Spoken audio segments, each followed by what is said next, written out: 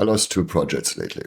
One facilitation gig, one keynote. And in the case of the facilitation, they decide to just do it internally. In case of the keynote, they decide to scrap all this impulse stuff altogether and get right into doing things.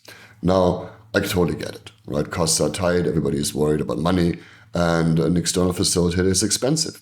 And so I, could easily write this off as such. But of course, in the world that I live in, I'm in complete ownership of my reality, so I cost this, right? And I caused this by being arrogant, by being impatient, by rushing to the proposal too quickly without actually establishing value first. And that's a good lesson for sales in general, but it's also really underneath it a deeper leadership lesson. Because what people think facilitators do, or even managers and leaders do, is to make sure things get done. Right? The stewardship side of things. Make sure that you stick to the agenda, make sure that decisions are being made, make sure that there's actual outcomes from something. Just like as a leader, your job is to make sure that ultimately you fulfill on your KPIs. Right? But the other side of it is about mentorship. It's about being. It's not about doing. Right? Because I first got into ontological coaching a few decades ago because I was really fascinated by this idea that's based on Heidegger's philosophy as well, that it's about being, about Dasein, as Heidegger calls it, about really being in the world. And in ontological coaching, they say, be, do, have, right? There's things that we want, these outcomes that we want to create. And in order to create these outcomes, there are certain actions, certain behaviors we have to engage in.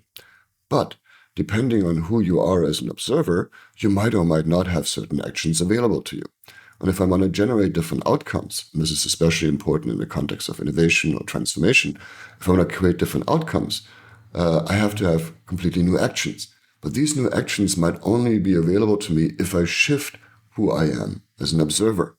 Right? And this is really the second part of what I do in my keynotes or in my facilitation, is to really focus on how do I shift the state of being of these people here so that on Monday morning, when they come back to their regular work, they don't just fall back to old behavior patterns, but they actually do things from a new place of being and have, as a result of it, new actions available to them that can create new kinds of outcomes. And in an age of, AI, doing is going to be mostly taken care of by agents. So it's really about being. And that requires a transformation, right? When we really want to evolve. In a couple of days, there's going to be Easter here. And depending on what tradition you celebrate, of Passafest or Pessah or Easter or Ishtar or Inanna, all these spring myths are very much about the same thing. They're about something else having to die before something new can be born. And this is really that transformational experience, right? Like some old self dies, so a new self can be born. And this is part of the job I do, is to really be able to hold a room and hold both the dying and the becoming that has to happen for people to ultimately show up in a new way afterwards. And so now, when you think about Easter, think about where you're holding yourself back still. Right, where you're still stuck and married to an old identity. And because of that, new actions and new outcomes aren't available to you.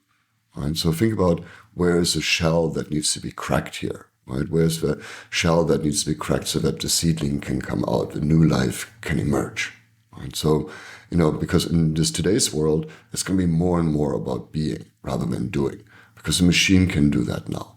Right? And so really focus on who are you being every day as a leader, as a human, as somebody who's alive on planet Earth right now, continuously evolving and transforming themselves.